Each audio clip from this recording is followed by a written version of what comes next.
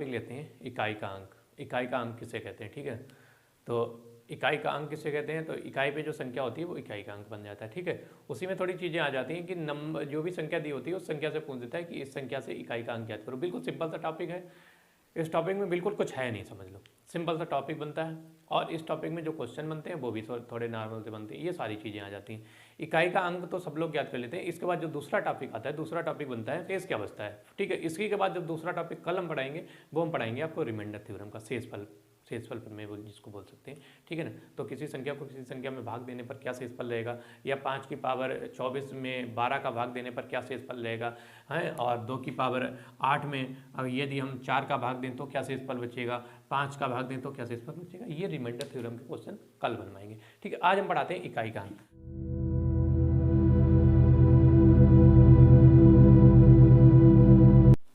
उसमें देखते हैं इकाई का अंक। इकाई का अंक सबसे पहले इकाई का अंक, तो जो संख्या इकाई पर लिखी होती है यानी राइट टू लेफ्ट जाते हैं, तो जो नंबर लिखा होता है इकाई पे उसी को बोलते हैं इकाई का अंक। तो किसी नंबर के इकाई का अंक निकालना होता है, उसके लिए देखो क्वेश्चन, और ये सारे एग्जामों में पूछे जाते हैं।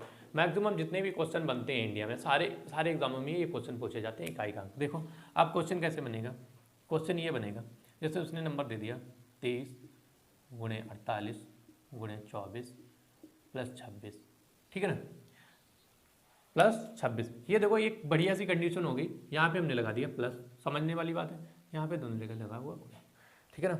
अब देखो क्या होता है, यहाँ पे हम किसका गुणा करवाते हैं, पूरी संख्या का नहीं करवाएंगे, कुछ नहीं करवाएंगे, बस इसमें क्या होता है अगर आप पूरी संख्या का गुणा करवाने बैठ जाएंगे तो लंबा क्वेश्चन पहुंच जाएगा। तो सबसे पहले हम गुणा करवाते हैं यहाँ से यहाँ तक का, और गुणा जो करवाएंगे वो हम छोटे नंबर का करवाएंगे, छोटे नंबर का बाद में बड़े नंबर का। कैसे, 4 का इसमें करवा दिया, 4 3 12, आया कितना इकाई का अंक 2, और 2 में किसका गुणा करवा देंगे 8 का, तो 8 दूनी 16, ठीक है। तो इकाई का अंक अब कितना आया 6। अब 6 में क्या करना है, 6 को ऐड कर देना प्लस, क्योंकि ये 26 में इकाई का अंक क्या है 6, तो इस 6 में 6 को ऐड कर देना, कितना आ जाएगा 12। तो इस पूरे नंबर का इकाई का अंक क्या होगा, इस पूरे नंबर का इकाई का अंक जो होगा वो हो जाएगा 2। इस पूरे नंबर में इकाई का अंक हो जाएगा 2, ठीक है ना। इकाई का अंक क्या हो जाएगा 2, इस पूरे नंबर में इकाई का अंक बनेगा 2, ठीक है ना, समझ रहे हो ना। चलो दूसरा समझो, इसमें थोड़े क्वेश्चन बन जाते हैं, उनके बारे में छोटी छोटी सी बातें हैं, समझो। दूसरा क्वेश्चन बनेगा, देखो ये बनेगा 6, यहाँ पे लिख दिया 28 में गुणे 58 गुणे 58 में गुणे 68 में गुणे 0 प्लस 48 माइनस 24, ठीक है ना। क्वेश्चन का थोड़ा लेवल हम बढ़ा के ले रहे हैं, क्योंकि नॉर्मल से क्वेश्चन अब नहीं पहुँचे जाते हैं। जैसे हमने लिख दिया 28 में गुणे 24 में गुणे 12 में गुणे 17, ये क्वेश्चन अब बनना थोड़े कम हो गए, ठीक है। क्वेश्चन वो इस टाइप से बना देता है क्योंकि हम ध्यान नहीं देते हैं, ये लिखा है प्लस, ये लिखा हुआ माइनस, इनको देखो कुछ किस तरह से बनते हैं। तो यहाँ पे लिखा है 8 का 8 में गुणा कराएंगे, फिर 8 का 8 में कराएंगे, फिर 8 का 8 में कराएंगे। इतना सब कुछ करना है, नहीं करना है, क्योंकि ये क्या लिखा हुआ है 0 लिखा हुआ है। अगर 0 ना लिखा होता, ये इतना 0 सामने उसने प्रत्यक्ष रूप से जैसे नहीं दिया, हमने तो आपको प्रत्यक्ष रूप से दे दिया, हम आपको देते हैं यहाँ पे 210। तो आपके दिमाग में ये आना चाहिए कि लास्ट में कितना लिखा हुआ है 0। अब 0 का आप किसी भी नंबर में जब आप गुणा करवाएंगे ना, तो वो नंबर हमेशा 0 ही बन जाएगा। जैसे 0 का 8 में करवाएंगे कितना आएगा 0, फिर 0 आ गया ना, इस 0 का इस 8 में करवाएंगे तब भी 0, इसका 8 में करवाएंगे, या नंबर चेंज करो भैया 8 में 0 हम 4 में करवाएंगे, 6 में करवाएंगे तब भी 0 का जिसमें करवाएंगे 0 आएगा। लेकिन अब क्या बनता है 0 को यदि आप 4 और 8 में इकाई का अंक क्या है, 4 और 8 में इकाई का अंक है 8, 4 और 8 में इकाई का अंक क्या है 8, तो 0 में 8 जोड़ेंगे तो आ जाएगा 8, 8 जोड़ेंगे कितना आ जाएगा 8।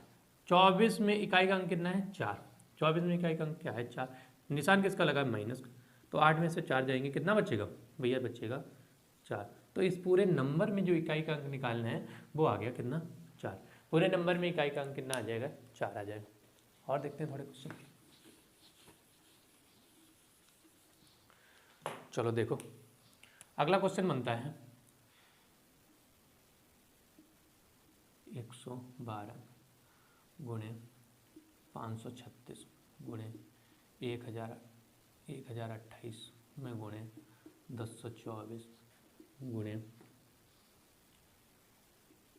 1200, ठीक है। इतने में पूछेगा इकाई का अंक, इकाई का अंक।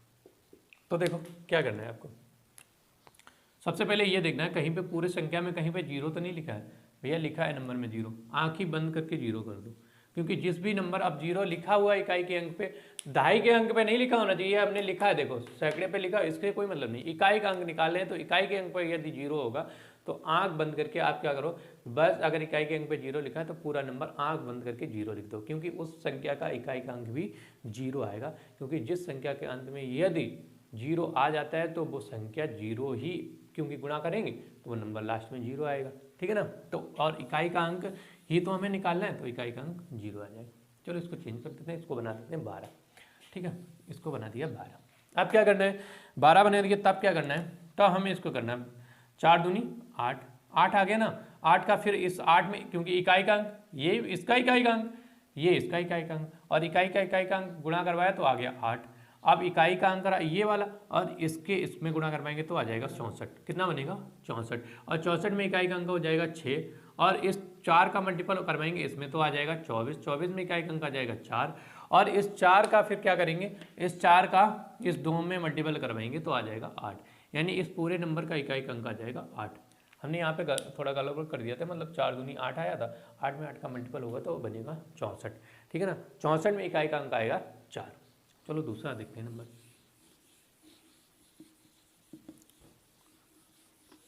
नंबर लेते हैं दूसरा। नंबर हम लेते हैं 612, 729, 735, 804 प्लस 746 प्लस 1236 माइनस 18, ठीक है ना, माइनस के 18। चलो करके देखते हैं इसको, पूरा लिखा हुआ है, ठीक है भैया। यहाँ पे ये प्लस लगाए तो इससे पहले वाला हल करना है। 4 पंचे 20, ठीक है ना, कितना आ गया लास्ट में, जीरो आ गया, जीरो आ गया ना। अब पूरे संख्या का मल्टीपल करवाएंगे तो कितना आ जाएगा, जीरो आ जाएगा। पूरी मतलब इस साइड वाली संख्या कितनी आ जाएगी, जीरो, भैया जीरो आ गई। अब यहाँ पे देखना है 6 और 6 12, कितना हो गया, यहाँ पे 2, यहाँ पे कितना माइनस के 8, माइनस के 8 से 2 तक जाएंगे तो इकाई का अंक कितना आ जाएगा भैया, तो -8 से 2 तक जाएंगे तो -8 से, तो -8 वो जीरो आए तो कितना चले हम 8 वो, और प्लस तक 2 गए तो चले हम कितना 10, ठीक है ना। तो यहाँ पे कितना आ जाएगा जीरो, पूरी संख्या में इकाई का अंक कितना आ जाएगा जीरो। ये थोड़ा समझने वाला टॉपिक था, ठीक है, क्योंकि हम सोचो ये हमारा ग्राफ बना हुआ है, यहाँ पे लिखा -8 -7 -6 -5 -4 -3 -2 -1 0 प्लस का 1 प्लस का 2, ठीक है। चलो 1 2 3 4 5 6 7 8 9 10, ठीक है ना, ठीक है। एक नंबर को ऐड ना करो इसको यहाँ से, क्योंकि यहाँ से चलते हैं तो 1 2 3 4 5 6 7 8 9 10, तो कितना आ जाएगा 10, ठीक है ना। तो 10 आ जाएगा, तो 10 में इकाई का अंक कितना हो जाएगा, जीरो आ जाएगा, ठीक है ना। माइनस किया ना, ये थोड़ा समझ में नहीं आया होगा, समझ में आ जाएगा 1-2 क्लासों में अभी, ठीक है ना। तो इकाई का अंक इसमें कितना आ जाएगा, जीरो आ जाएगा। अब आपको एक चीज़ बता दें, यहाँ पे ये खत्म कर दो, इतनी बड़ी बात ना समझो, अभी छोटी सी बात समझ लो। अभी हम यहाँ पे और कुछ लिख दें, जैसे यहाँ पे 2 4 की जगह कितना लिख दें 2, और यहाँ पे लिख दें 5। अब एक चीज़ समझने होती, हमने एक पॉइंट आपको बताया था, सबसे पहला था क्या था कि यदि,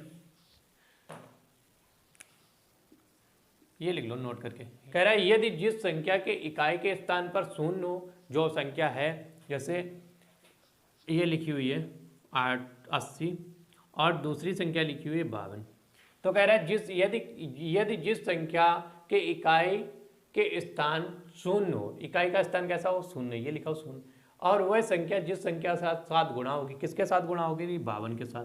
तो कह रहा है प्राप्त संख्या, प्राप्त जो हमें संख्या होगी उसका इकाई का अंक भी शून्य होगा। तो कैसे, जैसे 2 का मल्टीपल करवाएंगे शून्य में तो हमें जो प्राप्त होगा वो क्या होगा, शून्य। अब जो भी नंबर प्राप्त होगा पूरा नंबर उसके इकाई के स्थान पर क्या आ जाएगा, शून्य आ जाएगा।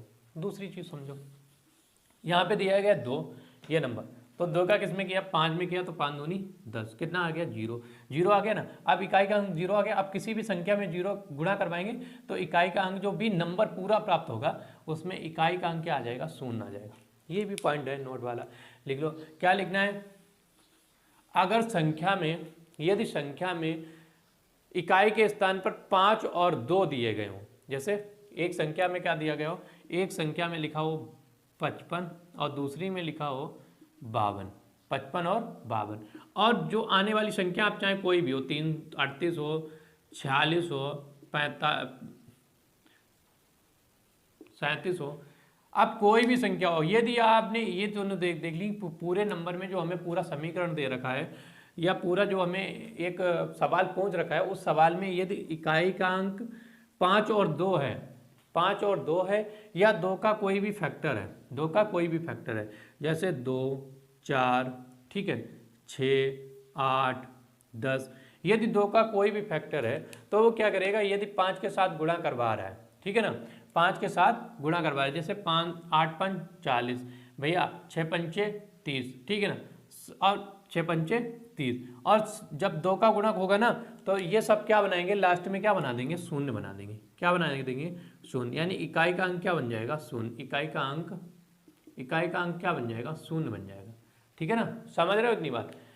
या तो क्या होना चाहिए, शून्य आ जाए किसी संख्या में अंत में, या आ जाए 5 और 2 का कोई भी फैक्टर आ जाए, 5 हो जाए या 2 का कोई भी फैक्टर हो जाए, खाली 5 नहीं आना चाहिए। जैसे हमने यहाँ पे तो हो गया, अब हम खाली 5 लिख दें, कैसे लिखते हैं, 2 का कोई फैक्टर नहीं आएगा, तब शून्य नहीं बनेगा। जैसे यहाँ पे हमने चेंज कर दिया इसको, हमने यहाँ पे 55 की जगह लिख दिया 53, और इसकी जगह हमने लिख दिया 39, और इसकी जगह हमने लिख दिया कितना, 41। अब नहीं शून्य आएगा क्योंकि यहाँ पे 2 का कोई फैक्टर ही नहीं है, ना तो 7 है क्योंकि 7 भी एक कैसी है, विषम संख्या है, 1 भी विषम संख्या है, 9 भी है, 3 भी है, तब जब 2 का फैक्टर है ही नहीं उसमें तो वो शून्य बनाएगा नहीं। कैसे नहीं बनाएगा, 5 3 15, लास्ट में कितना आया, 1 और 5, इकाई का अंक 5, इस 5 का 9 में करवाएंगे तो 9 बना 45, इकाई का अंक 5, फिर 5 एकम 5, फिर 7 बना 35, 5, ठीक है। और इससे एक और कंडीशन पता चल जाती है कि यदि किसी भी नंबर में अगर 5 आ जाए ना, 5 आ जाए तो वो संख्या फिर आप जिस भी नंबर से गुणा करवाएंगे, खाली 2 का फैक्टर नहीं आना चाहिए, 2 का फैक्टर नहीं आना चाहिए, और विषम संख्याएं यदि दी गई हैं, विषम संख्याएं यदि दी गई हैं तो वो लास्ट का अंक भी कितना बनाएंगी, 5 बनाएंगी, ठीक है ना। ये 0, 2 और 5 दोनों का मल्टीपल, 0 कब आएगा, जब 2 और 5 का मल्टीपल आपस में हो जाएगा तब 0 बनेगा। 5 कब आ जाएगा, जब 5 का वहाँ पर एक फैक्टर 5, एक मतलब एक ऐसा नंबर दिया हुआ जिसमें 5 का एक फैक्टर हो, और जब 5 का हो, जैसे यहाँ पे 55 है ना, 55 होना चाहिए, और 5 का फैक्टर तभी बनेगा जब इकाई के अंक पे 5 हो, तभी तो बनेगा भैया, 5 का 15 हो, 20 हो, 25 हो, ठीक है ना, तो 5 का होना चाहिए, तो 0 होगा तो 0 बना देगा, 0 होगा तो नंबर पूरा 0 ही बन जाएगा, नहीं तो 5 होगा तो वो संख्या 5 बनाएगी, और विषम संख्या के साथ गुणा करके 5 बनाएगी, सम के साथ बनाएगी तो 0 बनाएगी, सम के साथ ये 5 का गुणा होगा तो 0 बनाएगी, ठीक है ना। अब आज तक इतना ही रखते हैं, और आज इन सारे क्वेश्चनों पे आप प्रैक्टिस करना, जितने हमने आपको कंडीशन बताई हैं इन कंडीशनों को देखते रहना। आपको क्या करना है, लगातार आप हमारे चैनल को भी देखते रहो, नीचे से काफ़ी कम व्यू प्राप्त हो रहे हैं, तो लगातार आप देखते रहो, थोड़ा हमें भी उत्साह मिलेगा आपको पढ़ाने के लिए, ठीक है ना। तो आप और इसको देख लेना, आपको क्या करना है, पॉज कर करके देखना है, ठीक है। जितनी भी कंडीशन हमने लिखी नहीं है, कंडीशनों को भी आपको पॉज करके जितना हमने बताया उसको देख देख के आपको लिखना है। और क्या करो, जितनी भी चीज़ें हम बता रहे हैं ना सीरियल वाइज, उन सभी का आप नोट्स बनाते हुए चलो, फिर हम क्योंकि जब हम प्रैक्टिस करवाएंगे तो आपको दिक्कत होगी, फिर आप कहोगे ये कहाँ से आ गया, ये कहाँ से आ गया ना, तो इन सभी चीज़ों का एक आप बढ़िया सी कॉपी बना लो, उसमें लिखते रहो। काफ़ी अच्छी अच्छी चीज़ें बताएंगे, ऐसा नहीं है कि हम आपको ऊपर पढ़ा देंगे, हाँ नहीं जाएंगे, हम बिल्कुल लेवल में जा रहे हैं। आप खुद समझो हम कितना जा रहे हैं, बिल्कुल लेवल में जा रहे हैं, और लेवल का मतलब होता है एकदम आपको गहराई से हर एक चीज़। ये ऐसा नहीं है कि हमने बहुत टैलेंटेड बच्चों के लिए वीडियो बनाया है, हम बिल्कुल नीचे से बिल्कुल लो लेवल से लेके चल रहे हैं ताकि आपको समझ में आना चाहिए।